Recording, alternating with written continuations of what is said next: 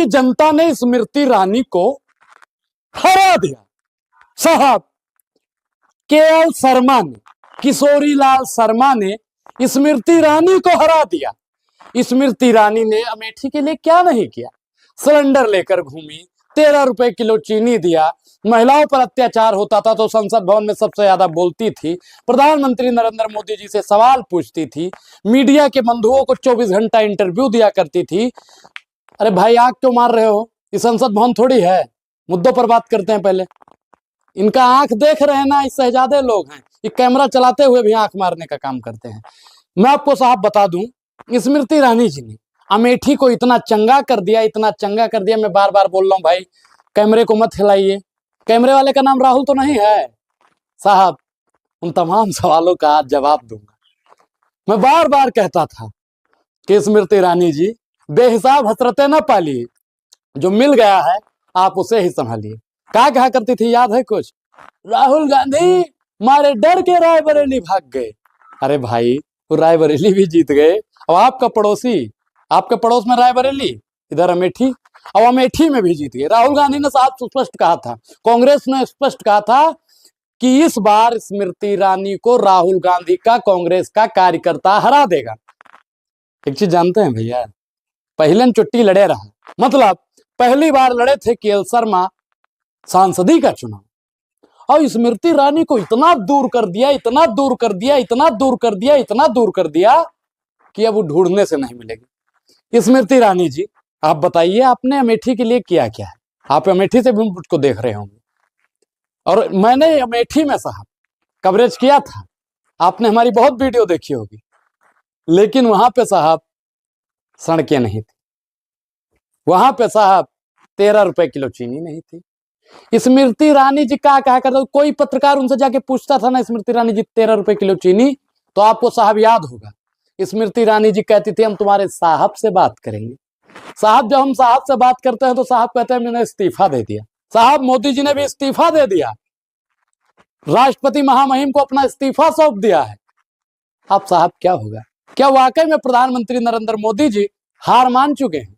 क्या प्रधानमंत्री नरेंद्र मोदी जी के हार की बौखलाहट नरेंद्र मोदी जी के अंदर अब दलबली खलबली सब मच गई है? क्या इस बार भाजपाइयों से देश मुक्त हो पाएगा? आपके मन में साहब सवाल जरूर होगा। मैं आपको स्पष्ट कर दूं कि आज उई प्लेन से नीतीश बाबू आए हैं, जुई प्लेन से तेजस्वी बाबू आए हैं। साहब कहीं दोनों की मीटिंग हो गई होगी रस्तवा में, तो मोदी जी का क्या होगा? और एक चीज बता दे, चंद्रबाबू नायडू जितना प्रताड़ित हुए हैं भाजपा की सरकार में, कांग्रेस की सरकार ने कहा था कि हम विशेष राज्य का दर्जा देंगे, कांग्रेस अभी भी कह रही है कि आप हमारे साथ आइए, हम विशेष राज्य का दर्जा देंगे। कहीं वही भी पलट गए तो बीजेपी का क्या होगा? और आपके मन में जो सवाल है उस सवाल का मैं जवाब देने आखिरी में जा रहा हूं कि कहीं चिराग पासवान अगर पलट गए तो मोदी जी का क्या होगा? साहब आपको याद होगा वो आदमी की सरकार थी जो आदमी का हम भी तारीफ किया करते हैं, अटल बिहारी वाजपेयी। और अटल बिहारी वाजपेयी का नाम मैंने लिया होगा तो ऐसे आपके दिमाग में एक चीज घूमा होगा, एक वोट सरकार गिरी थी। अब एक वोट सरकार किसने गिराई थी? चिराग पासवान के पिताजी ने, रामविलास पासवान जी ने। तो साहब क्या पिता के रास्तों पर चिराग पासवान चलेंगे? ये भी आप जरूर बताइए। लेकिन स्मृति ईरानी पर ही बात किया जाएगा। भाई कैमरा सीधा कर लो, कैमरा सीधा कर लो, आपके मालिक से बात करेंगे, आपको नौकरी से निकाल दिया जाएगा। इतना बुरा हार हारते हैं साहब। हमको वो सारी बातें याद है जो स्मृति ईरानी जी कहा करती थी। एक समय पर स्मृति ईरानी जी कहा करती थी अगर महिलाओं पे कहीं भी अत्याचार होता है, महिलाओं का उत्पीड़न यौन शोषण करने वाले को फांसी मिलनी चाहिए। साहब हम भी कहते हैं कि गलत करने वाले को सजा मिलनी चाहिए। लेकिन साहब कश्मीर में हो गया, कठुआ में हो गया, हाथरस में हो गया, महिला पहलवान के साथ में हो गया, मणिपुर में हो गया, चुप्पी मार के बैठी थी। आपको साहब याद होगा कि 10 रुपया सिलेंडर में बढ़ा था। सिलेंडर लेकर स्मृति ईरानी जी दिल्ली में घूमा करती थी। साहब मैं आपको और एक चीज बताऊं कि जब रुपया पैसा बढ़ता था तो स्मृति ईरानी जी चूड़ियां दिया करती थी। आज की सरकार चूड़ियां पहन ले, महंगाई काबू नहीं कर सकती है तो चूड़ियां पहन ले। अब वो चूड़ी कहां गया? साहब चूड़ी बनाने वाले लोग कहीं चले गए या चूड़ी भेजने वाले लोग कहीं चले गए, आपके मन में साहब सवाल बहुत होगा। और हर उन सवालों का जवाब तो साहब गोदी मीडिया देगी नहीं। और जो गोदी मीडिया में पापा की परी थी और पापा का मगरमच्छ था, वो दोनों बिना पानी का फड़फड़ा रहा है, क्योंकि पापा की परियां भी अब रंग बदल रही हैं और पापा के मगरमच्छ तो साहब बिलाप कर रहे हैं। अब मैं वो वाला बिलाप नहीं कहूंगा, अगर आप मेरे बिलाप वाले का बिलाप समझ गए हैं तो अपना बिलाप कमेंट में दीजिए, क्योंकि साहब मैं उस शब्दों का प्रयोग फिर नहीं करना चाहता हूं, क्योंकि मोदी जी हर एक शब्द पर ध्यान दे रहे हैं। अब मंथन है परिवर्तन का, अभी और खुलासा होने दो। कहां कहां छिपे हैं इंडिया गठबंधन के लोग साहब, पता चलेगा। बहुत गई थोड़ी रही, थोड़ी भी अब जाए। 4 जून के बाद में साहब का बंगला खाली हो जाए, हमने बोला था ना भैया। तो साहब बंगला तो खाली हो रहा है, विदाई कैसे हो? क्योंकि उत्तर प्रदेश के लोग स्वागत अगर भव्य करते हैं तो विदाई भी बहुत शानदार करते हैं। साहब 1914 में स्वागत हमने भव्य किया था और विदाई उससे भी जबरदस्त की है। इतने में सिमट गए, इतने में। फिर आपका नाम राहुल तो नहीं है? क्या नाम है आपका? बार बार कैमरे को हिला देते हैं ये लोग। गांधी परिवार को सबसे ज्यादा टारगेट करने का काम करती थी, हर शब्द में राहुल गांधी। अगर पेड़ में आम लगा है ना तो राहुल गांधी, बबूल में आम लगा है तो भी राहुल गांधी, देश में ही हो रहा है तो जवाहरलाल नेहरू इसका जिम्मेदार है, इंदिरा गांधी इसका जिम्मेदार है, राजीव गांधी इसका जिम्मेदार है। ये सब कौन कहा करता था? संसद के अंदर सबसे ज्यादा गांधी परिवार को घेरने वाला अगर कोई नेता था तो स्मृति ईरानी जी थी।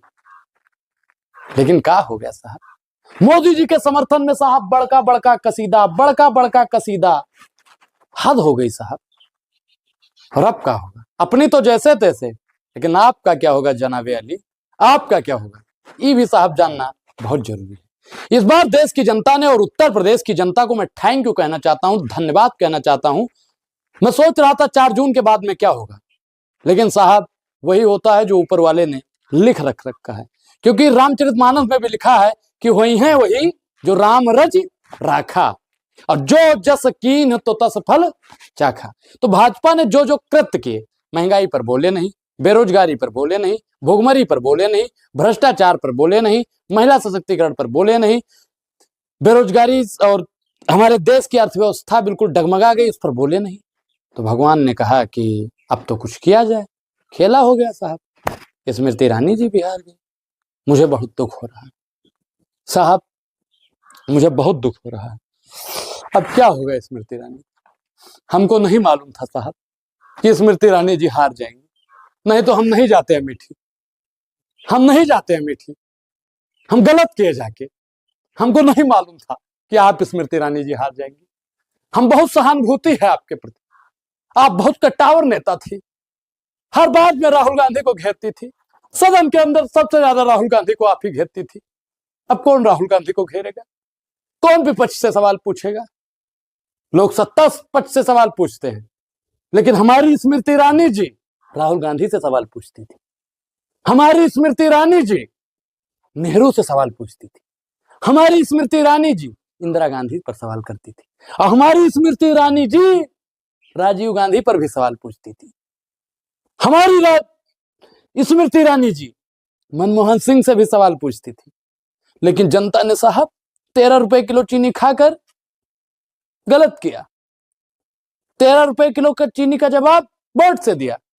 और पत्रकारों ने क्या किया साहब? एक पत्रकार के लिए दरवाजा बंद किया गया था, सारे पत्रकारों ने उनके लिए दरवाजा ही बंद कर दिया। कोई पत्रकार स्मृति ईरानी पर चर्चा ही नहीं कर रहा है। तो हमने कहा कि आपको एक खबर दिखाना बहुत जरूरी था कि स्मृति ईरानी का अहंकार टूट गया। घमंड किसी का ज्यादा दिन नहीं चलता है। मैं बार बार जो लाइन बोलता हूं कि अहंकार से 3 गए बल बुद्धि और वंश, उदाहरण के लिए देख लो रावण का और कंस। तो भैया जितना भी अहंकारी नेता थे, जितना भी भ्रष्टाचारी नेता थे, लेकिन स्मृति ईरानी भ्रष्टाचारी नहीं थे। स्मृति ईरानी बहुत ही शानदार नेता थी। इनका क्या हुआ? इनको भी जनता ने साहब नकार दिया, क्योंकि जनता उसे चुनती है जो काम करे। लेकिन इनका क्या था? लालू प्रसाद की एक लाइन याद है ना भाजपा योग के लिए? क्या बोला था? दुनिया में आए हैं तो कुछ काम कीजिए, चंदा के पैसा से जलपान कीजिए। तो भाजपाई लोग क्या करते थे, इलेक्टोरल बोर्ड से चंदा लिया, उनको धंधा दिया, जो चंदा इकट्ठा हुआ उससे मशरूम खाया। लेकिन अब जनता ने क्या किया, खाया पिया कुछ नहीं तो गिलास थोड़ा भरा। तो जनता को जितना भी इन्होंने ठगने का काम किया था, जनता ने हर एक जुल्म का हिसाब अपने वोट से दिया। जनता ने साफ और स्पष्ट कर दिया कि सरकार को अगर हम बनाते हैं तो सरकार को हम गिराना जानते हैं। अगर आप हमारे वोट से पीएम सीएम बनते हैं तो आप हमारे वोट से आम नागरिक भी बनेंगे, क्योंकि हम आपको सत्ता की गद्दी से, अहंकार की गद्दी से उतार देंगे। साहब जनता ने वही किया। किसान परेशान था, कोई बोल रहा था, और जो मंत्रिमंडल में लोग बैठे थे सबने इस्तीफा, मोदी ने भी इस्तीफा। भक्तों का क्या होगा भैया, भगत तो परेशान है, लेकिन राम भक्त खुश हैं, हनुमान भक्त खुश हैं, देश प्रेमी खुश हैं। भाजपा 240 सीट, बारे भाजपा तो 400 पार कर रही थी भाई, ये 240 में कैसे सिमट गई? फिर से वोटिंग होनी चाहिए, फिर से चुनाव होना चाहिए। भाजपा की इतनी कम सीटें कैसे आ गई हैं? भाजपा तो 400 पार कर रही थी। जरूर धांधली की है विपक्ष वालों ने, भाजपा के लोगों को हराया गया है। क्यों? मीडिया वालों बोलो भाई, बोलोगे? है हिम्मत? अब पत्तलकारो, सत्ता के दलालों, अब बोलो। अब आप लोग बोलोगे क्या? खिसियान बिलारी खंभा नोचे, मतलब समझ रहे हैं। अब दो लोगों के हाथ में सरकार है, वो दो लोग का नाम बताइए और वीडियो को यहीं पे खत्म करते हैं, क्योंकि मुझे दुख है कि स्मृति ईरानी चुनाव जीत कर भी हार गई। और आप एक चीज और आखिरी बता दें, अगर उनको केएल शर्मा ने 1.5 लाख वोट से हराया है, तो आप सोचिए अगर राहुल गांधी जी होते तो साहब 15 वोट आता या 20 वोट आता।